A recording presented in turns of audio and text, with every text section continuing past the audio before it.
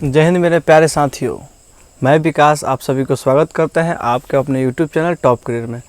दोस्तों, अभी हम लोग फिजिक्स का यूनिट चैप्टर स्टार्ट किए हुए हैं और उसको अच्छी तरह से पढ़ रहे हैं। उसके आगे जो हम लोग हैं, आज हम लोग पढ़ेंगे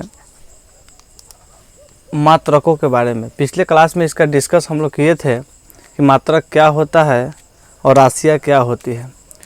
तो दोस्तों, मात्रक जो होता है एक हमें माप तौल में बहुत सहायता करने वाली ये है। दोस्तों, होता क्या है कि जब भी हम किसी सामान को ख़रीदने जाते हैं तो जाकर वहाँ पे बोलते हैं कि हमें 2 केजी दीजिए। 2 केजी बोलते हैं तो इसमें राशियाँ भी होती है और आपका मात्रक भी होता है। तो ये अलग अलग जगह पर अलग अलग तरह का माप तौल चलता था। जैसे हम लोग पढ़े भी थे कि CGS पत्ती हुआ, FPS पत्ती हुआ, MKS पत्ती हुआ।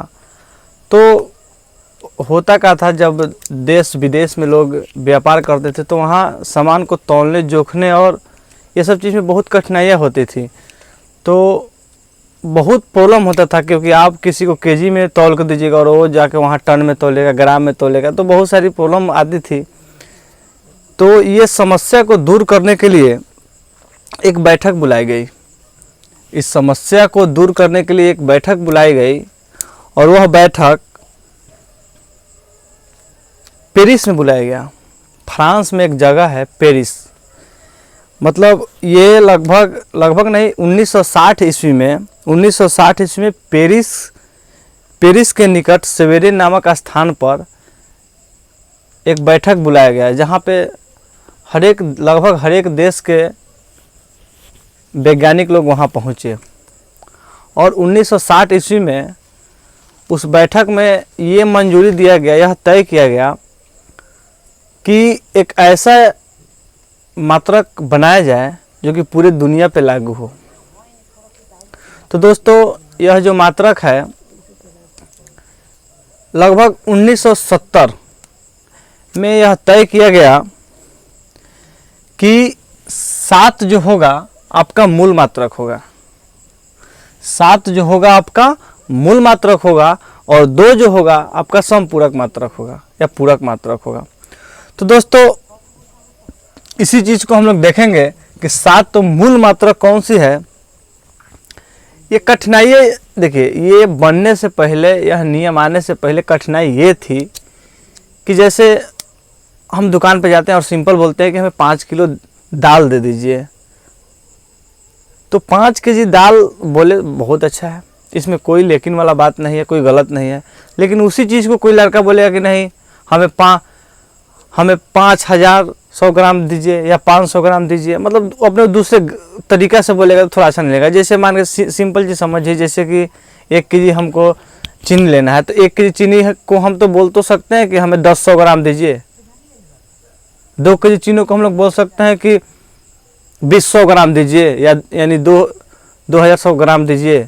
तो कैसा लगेगा? थोड़ा सा गजीब लगेगा। तो दुकानदार भी कहेगा ये पागल आदमी है क्या, थोड़ा सा उसको अच्छा नहीं लगेगा। जैसे कपड़ा हम लोग खरीदने जाते हैं तो जाकर बोलते हैं कि 2 मीटर कपड़ा दीजिए। अब इसी में कोई जाके बोलेगा कि हमको इतना इंची दीजिए, तो उसको कैसा लगेगा? ये मतलब इसमें बहुत कठिनाई आने लगेगी। इसीलिए एक मात्रक बनाया गया जिसमें 7 तो मूल मात्रक हैं और 2 समपूरक मात्रक। और कहा गया कि अब ये दुनिया में कहीं भी प्रॉब्लम आने वाला नहीं है। इस 7 मूल मात्रक को अब अच्छी तरह समझ लीजिए, पढ़ लीजिए, और 2 पूरक मात्रक को आपको कभी दिक्कत नहीं होगी। आप कहीं भी दुनिया के हर एक जगह में सामान को तौल सकते हैं, वस्तु को तौल सकते हैं, बेच सकते हैं, खरीद सकते हैं, कोई आपको दिक्कत नहीं आएगी, कोई प्रॉब्लम नहीं आएगी। जैसे यहाँ पे बनाया गया है कि लंबाई को आप कहीं भी मापिए, दुनिया के किसी जगह पर जाकर आपको लंबाई को हमेशा मीटर में ही मापना है, द्रव्यमान को किलोग्राम में ही मापना है, समय को हमेशा सेकंड में ही मापना है, विद्युत धारा को एम्पियर में मापना है, और ताप को केल्विन में, और ज्योति तीव्रता को कैंडेला में मापना है।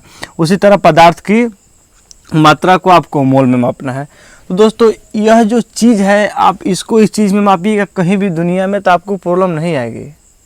अब छोटे सी चीज़ को मापना है तो उसका थोड़ा सा छोटा हो जाएगा। जैसे जैसे मानिए कि हम द्रव्यमान को ले रहे तो अब कहीं केजी में नहीं मापना है, थोड़ा सा वस्तु है तो उसको ग्राम में भी आप माप सकते हैं, वो अलग बात है।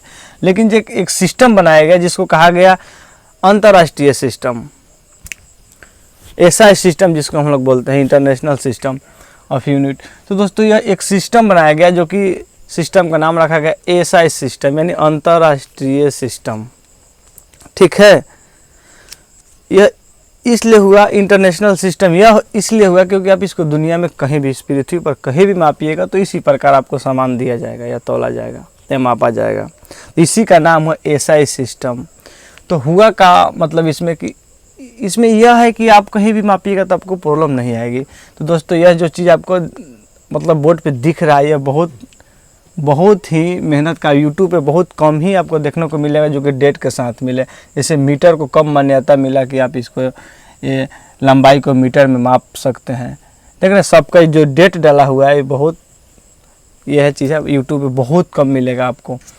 तो दोस्तों आप इस वीडियो को अच्छे से देखिए और अपने दोस्तों के साथ ज़रूर शेयर कीजिएगा, क्योंकि यह बहुत ही मेहनत से ये चीज़ को किया गया है कि आप इसको नोट्स भी थोड़ा सा बना सकते हैं याद रखने के लिए, अपने भाई बहन को पढ़ाने के लिए। तो दोस्तों चलिए आगे हम लोग देखते हैं कि दिया हुआ लंबाई, यानी लंबाई को आप कभी भी कौन चीज़ में मापिएगा, मीटर में मापिएगा। लंबाई आपको जहाँ भी दिखे उसको हमेशा कौन चीज़ में मापना है, मीटर में। और इसका संकेत क्या होता है, एम होता है। एग्जाम में क्वेश्चन बहुत बार आया हुआ है, अब इसको अच्छे से देखिएगा। और ये कब हुआ था, 1983 ईस्वी में। 1983 ईस्वी में इसको मानने मिली थी कि आप लंबाई को हमेशा कौन चीज़ में मापिएगा, मीटर में मापिएगा। और देखिए यह जो लंबाई होता है, मान चलिए कि लंबाई मीटर, तो 1 मीटर होता कितना है, यह भी तो मान्य रखता है जी, समझना हम लोग को बहुत ज़रूरी है। तो यह जो चीज़ है ना बहुत इम्पोर्टेंट चीज़ है, इससे आपको बहुत सारी नॉलेज मिलेगी। देखिएगा आप लोग, तो लंबाई को आप मीटर में मापिएगा तो 1 मीटर का क्या मान्य होता है, उसका लंबाई क्या होता है, क्या वैल्यू होता है। तो देखिएगा प्रकाश द्वारा, प्रकाश यानी लाइट द्वारा निर्वात, जहाँ हवा पानी कुछ नहीं हो, प्रकाश द्वारा निर्वात में 1 सेकंड के 299792458वें समय अंतराल में तय किया गया जो आपका दूरी है या आपका जो पथ है, उसी पथ या लंबाई को क्या कहा जाता है, 1 मीटर दोस्तों कहा जाता है। इस बात को थोड़ा एक बार और फिर से समझिए। प्रकाश यानी लाइट द्वारा निर्वात में 1 सेकंड के 299792458वें समय अंतराल में तय किए गए पथ की लंबाई, जो आपका तय किया गया पथ है उसका लंबाई जो होता है वही दोस्तों आपका 1 मीटर कहलाता है। बात समझ में आ गया। फिर देखिए अब आती है द्रव्यमान। द्रव्यमान को अब दुनिया में कहीं भी जाकर मापिए उसको केजी में ही हम लोग मापते हैं। तो द्रव्यमान का ऐसे ही मात्रक जो होता है क्या होता है, केजी। अब जो केजी होता है और इसका मान्य मिला था 1889 ईस्वी में। यह क्या होता है दोस्तों, तो यह आपका होता है वही फ्रांस में ही पेरिस के निकट सवेरा जो जगह है वहाँ पर ही इसको मान्य मिला था। और कहा गया था कि प्लेटिनियम इरिडियम जो मिश्र धातु से बने हैं, देखिएगा समझिएगा, एक सिंपल बात समझिए। एक सिलेंडर वहाँ पे देखिए, आपको हम अपने भाषा में बता रहे हैं, एक सिलेंडर वहाँ पे बनाया गया है जहाँ पे 2 धातु को मिक्स किया गया है। एक का नाम है प्लेटिनियम और दूसरा का नाम है इरिडियम। और दोनों का जो मिक्स करके जो धातु है और उससे जो सिलेंडर बनाया गया है उसका जो द्रव्यमान है वहाँ पे रखा हुआ है लैब में। जो उस सिलेंडर का द्रव्यमान वहाँ पे जो रखा गया है उसका द्रव्यमान जो होता है वह 1 केजी के बराबर है वहाँ पे। बात को फिर से समझिए। जो मिश्र धातु जो 2 धातु से मिलकर एक सिलेंडर बनाया गया है, फ्रांस के पेरिस में सवेरे नामक जो लैब है जहाँ पे बैठक हुई थी वहाँ पे एक सिलेंडर रखा गया है, उसका जो द्रव्यमान है वह 1 kg है। ठीक उसी के द्रव्यमान के बराबर ही है, उसी को 1 kg कहा जाता है, उसी के बराबर है। बात समझ में आ गई? कोई दिक्कत दोस्तों नहीं हुआ होगा? यदि दिक्कत है तो वीडियो को पीछे कर एक बार जरूर देखिएगा उसको। फिर देखिए आगे बात आती है समय यानी टाइम है। टाइम, समय को हमेशा आप किस में मापिएगा? समय को हमेशा आप लोग सेकेंड में मापिएगा। इसका संकेत होता है एस। संकेत क्या होता है? एस। बात समझ में आ गई? समय का एसआई मात्रा क्या होता है? सेकेंड होता है, और इसका संकेत होता है एस। और यह जो मान मिली थी 1967 ईस्वी में। और यह जो देखिए दोस्तों क्या होता है, तो दोस्तों यह जो समय की एक कहानी है, देखिए समय का बात है 1 सेकेंड अंतराल। 1 सेकेंड दोस्तों, सेकेंड में 1 सेकेंड जो वह अंतराल है, सिंपल बात समझिए, 1 सेकेंड वह अंतराल है। सीजियम 133, सीजियम 133 परमाणु के निम्नतम ऊर्जा स्तर के 2 अति सूक्ष्म स्तरों के मध्य संक्रमण के तंदुरूपी विकिरण 9192631770। फिर से समझिए, 9192631770 आवर्त कालों के बराबर है। बात समझ में आई? नहीं आई? फिर से देखिए, जो आपका समय अंतराल का 1 सेकेंड का जो वैल्यू होगा, 1 सेकेंड का जो वैल्यू होगा वह कौन सा होगा? वह होगा सीजियम 133 परमाणु के। सीजियम जो 133 है परमाणु के आसपास यानी निकटतम ऊर्जा स्तर के 2 अति सूक्ष्म, 2 ऊर्जा स्तर के 2 अति सूक्ष्म यानी छोटे छोटे स्तरों के मध्य जो संक्रमण के तंदुरूपी विकिरण, मतलब आपस में जो संक्रमण होगा उसका तंदुरूपी विकिरण 9192631770 आवर्त कालों के क्या होगा जी? बराबर होगा। बात समझ में आ गई? वही आपका 1 सेकेंड के वो लगभग बराबर ही होगा। बात समझ में आ गई? कोई दिक्कत नहीं। अब ये आगे हम लोग चलते हैं।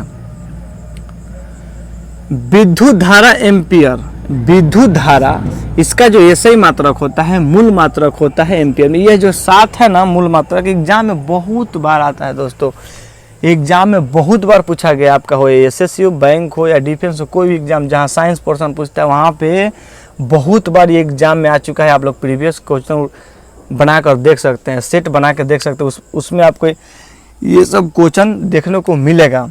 तो दोस्तों विद्युत धारा को आप कौन सी मापिएगा? एम्पियर में मापिएगा। एम्पियर का संकेत जो होता है ये होता है, और यह तो लगभग यह 1948 में ही इसे मान्य दे दिया गया था। और यह 1 एम्पियर क्या होता है और इसका किसके बराबर इसका वैल्यू होता है दोस्तों समझिएगा। निर्वात में 1 मीटर की दूरी, निर्वात में 1 मीटर की दूरी, निर्वात मतलब जहाँ हवा पानी कुछ ना हो, निर्वात में 1 मीटर की दूरी पर स्थित 2 सीधे अनंत, बात समझिएगा, निर्वात में 1 मीटर की दूरी पर, 1 मीटर की दूरी पर 2 सीधे अनंत लंबाई वाले समानांतर एक नगण्य वृत्तीय अनुप्रस्थ काट के चालकों में प्रवाहित होने पर इन चालकों के बीच प्रति मीटर लंबाई पर 2 गुने 10⁻⁻7 न्यूटन बल उत्पन्न करती है। अब देखिए जी क्या बात हुआ जी, यह कह रहा है कि निर्वात में जहाँ हवा पानी कुछ नहीं हो वहाँ पे 1 मीटर की दूरी पर, 1 मीटर की दूरी पर 2 सीधे हवा पानी जहाँ कुछ नहीं है, जहाँ हवा पानी कुछ नहीं है, 1 मीटर की दूरी पर 2 सीधे एकदम बिल्कुल सीधे अनंत लंबाई वाली समानांतर एवं नगण्य वृत्तीय अनुप्रस्थ, काट के चालकों में प्रवाहित होने पर इन चालकों के बीच प्रति मीटर लंबाई पर जो बीच का जो लंबाई आपका बच रहा है वो 2 × 10⁻⁷ न्यूटन बल उत्पन्न करती है। और जो ये बल उत्पन्न करती है वह जो होता है 1 एम्पियर के बराबर होता है। बात समझ में आ गई? कोई दिक्कत नहीं दोस्तों, बात बिल्कुल समझ में आ गया होगा। यानी क्या हम बताएं, जो बल उत्पन्न होती है वही जो होता है 1 एम्पियर के बराबर होता है, 1 एम्पियर के इक्वल होता है। फिर आगे देखिए ताप का एसआई मात्रक यानी मूल मात्रक क्या होता है दोस्तों केल्विन होता है। क्या होता है? केल्विन होता है। और इसे के से सूचित किया जाता है। और इसको जो मान्य मिला था यानी मान्यता मिली थी और यह मिली थी 1967 ईस्वी में। और यह क्या होता है? तो यह होता है जल के त्रिक बिंदु यानी ट्रिपल पॉइंट, इसको अंग्रेजी में क्या बोलेंगे जी? ट्रिपल पॉइंट यानी त्रिक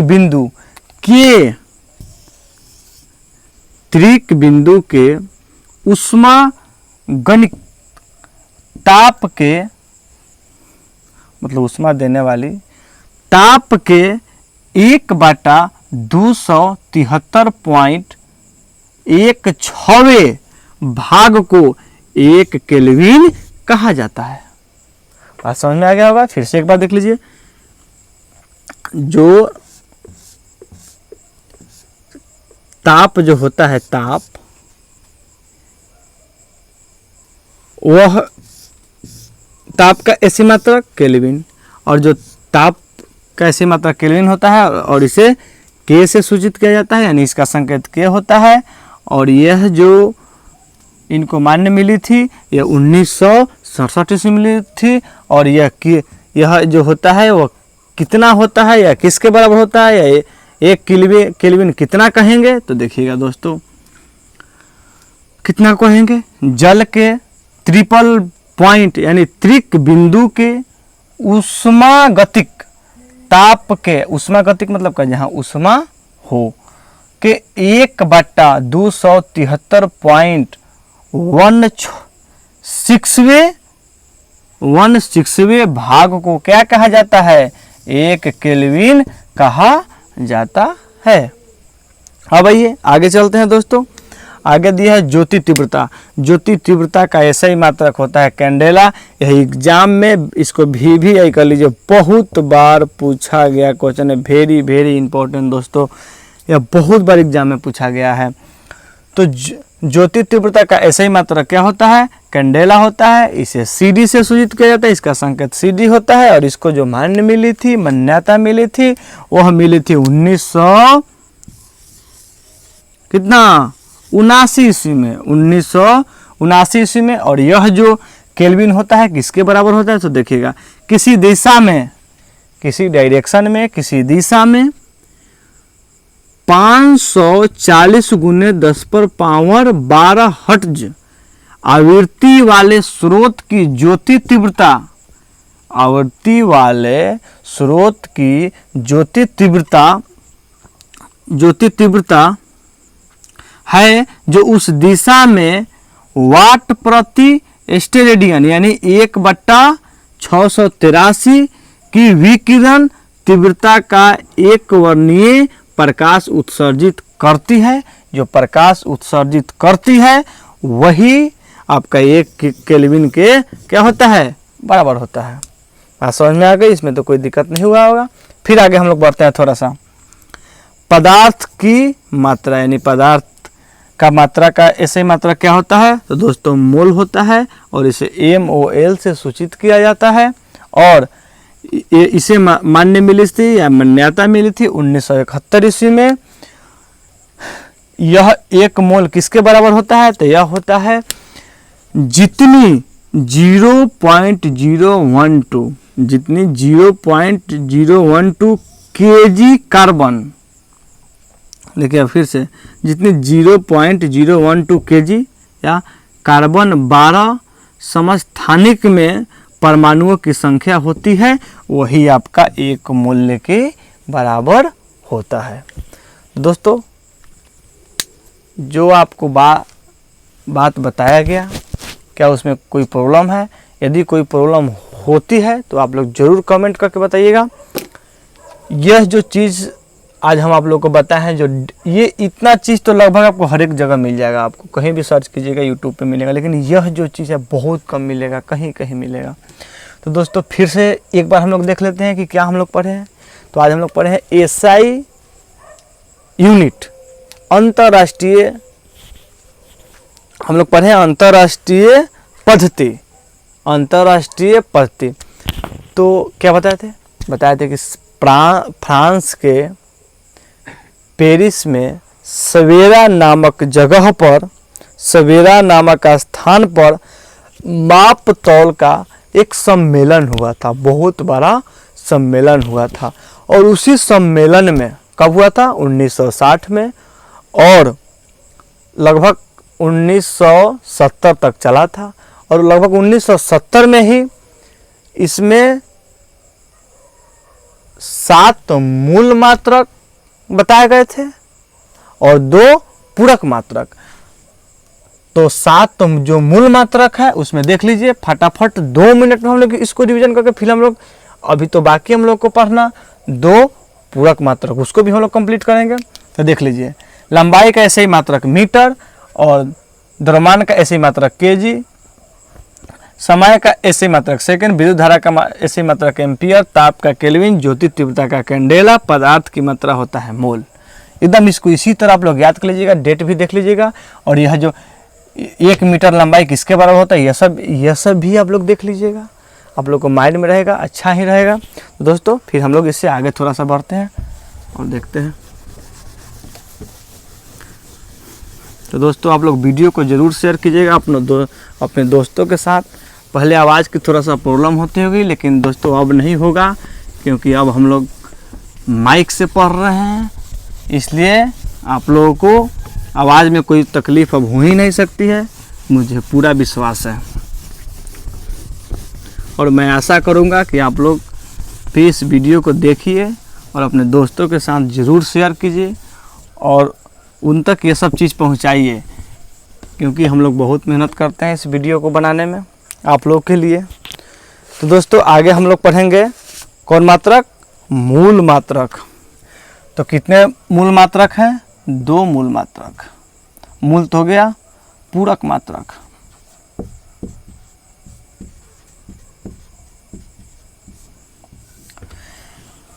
दो पूरक मात्रक हैं। तो 2 पूरक मात्रक कौन कौन से है इसे देखिएगा। एक आपका है समतल कोण,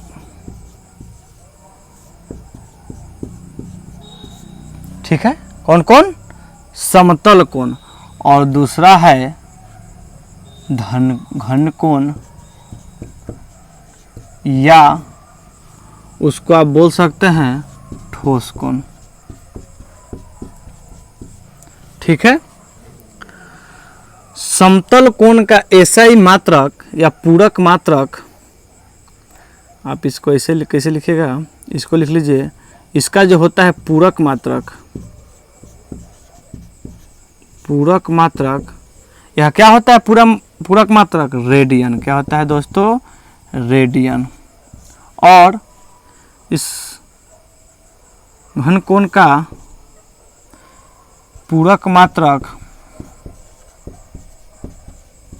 जो होता है वह होता है एस्टेरेडियन। एस्टेरेडियन, ठीक है दोस्तों, क्या होता है? एस्टेरेडियन। एस्टेरेडियन, कौन रेडियन? एस्टेरेडियन, ठीक है। यहाँ तक बात समझ में आ गई। समतल कोण का ऐसे मात्रक कौन क्या होगा? रेडियन। और आपका घन कोण का ऐसे मात्रक जो होगा क्या होगा? एस्टेरेडियन। ये बस दो ही है, पूरक मात्रक 2 ही है, एक समतल कोण और एक जिसको ठोस कोण भी आप कह सकते हैं, जिसका ऐसे मात्रक एस्टेरेडियन और समतल कोण का ऐसे मात्रक रेडियन। अब दोस्तों रेडियन क्या होता है और एस्टेरेडियन क्या होता है, इस चीज़ को हम लोग बहुत अच्छे से पढ़ेंगे। आप लगभग जो बुक पढ़िएगा उसमें दिया रहता है रेडियन, बस इतना ही तक दिया रहेगा जितना अभी हम लोग पढ़े हैं, बस इतना ही, इससे ज़्यादा नहीं रहता है। लेकिन हम लोग थोड़ा सा डीप में चलेंगे क्योंकि एग्ज़ाम आजकल थोड़ा सा लेवल हाई चल रहा है, इसलिए क्वेश्चन तो इजी पूछेगा नहीं, हो सकता है अंदर से पूछे, तब हम लोग क्या करेंगे, तो इसको थोड़ा सा और डीप में हम लोग पढ़ेंगे। तो दोस्तों रेडियन क्या होता है और स्टेरेडियन क्या होता है। तो रेडियन जो होता है वो 2D आप लोग समझते हो, मैथ में पढ़े होंगे, 2 डायमेंशन 3 डायमेंशन।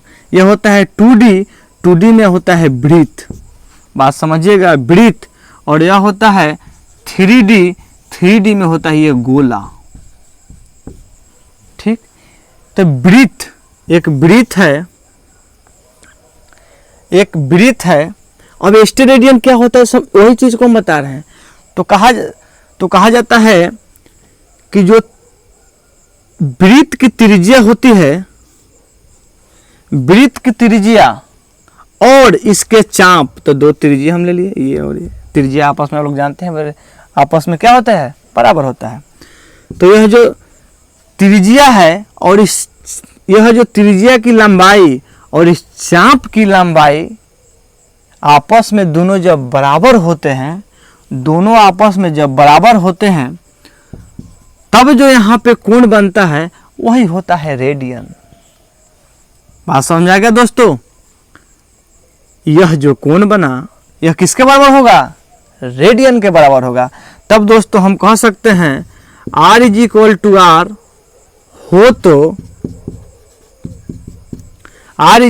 R हो तो ये थीटा का वैल्यू जो होता है वही आपका होता है रेडियन।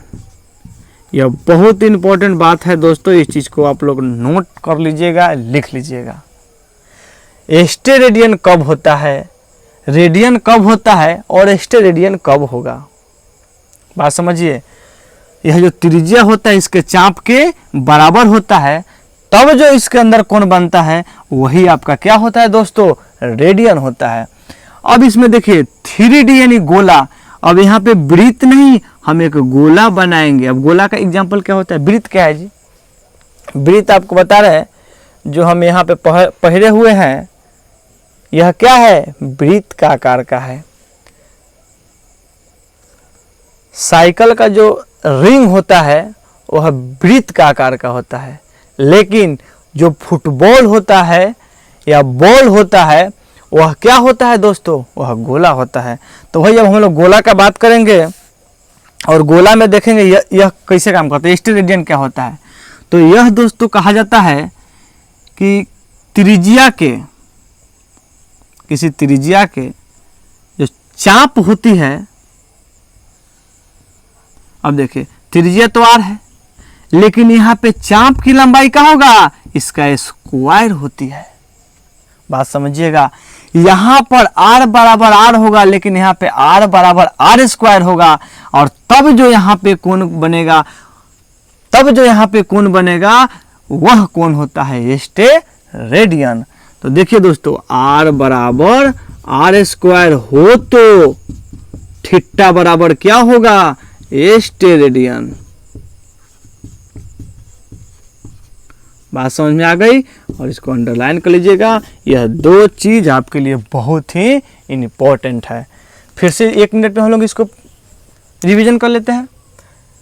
पूरक मात्रक कितने होते हैं, 2 होते हैं। एक होता है समतल कोण और दूसरा होता है ठोस कोण, जिसको धन कोण भी आप बोल सकते हैं। इसका मात्रक होता है रेडियन और इसका मात्रक होता है स्टेरेडियन। अब स्टेरेडियन क्या होता है और रेडियन क्या होता है, स्टेरेडियन क्या होता है और रेडियन क्या होता है। तो स्टेरेडियन जो दोस्तों होता है, यह किसी वृत्त के त्रिज्या और जो चाप होता है दोनों के आपस में लंबाई क्या होती है, बराबर होती है, तब जो कोण बनता है वही आपका होता है रेडियन। और इसमें जो त्रिज्या होती है और जो इसका चाप होता है, तो त्रिज्या से जो त्रिज्या है और जो उसका चाप है उसके स्क्वायर के बराबर होती है। तो यदि त्रिज्या R है तो चाप इसका क्या होगा, R स्क्वायर होगा, तब जो इसके अंदर कोण बनेगा वही आपका स्टेरेडियन होता है। तो दोस्तों आज हम लोग क्लास यहीं तक रखेंगे। इस वीडियो को शेयर कीजिए और अपने दोस्तों को ज़रूर बताइए और चैनल को सब्सक्राइब जरूर कीजिए। ठीक है दोस्तों, तो आगे हम लोग ठीक इसी प्रकार हम लोग हर एक चीज़ को डीप में पढ़ते हुए आगे बढ़ेंगे और आशा नहीं पूर्ण विश्वास है कि हम लोग बहुत इसको अच्छे से कवर करते चलेंगे। फिर मिलते हैं अगले वीडियो में। जय हिंद साथियों।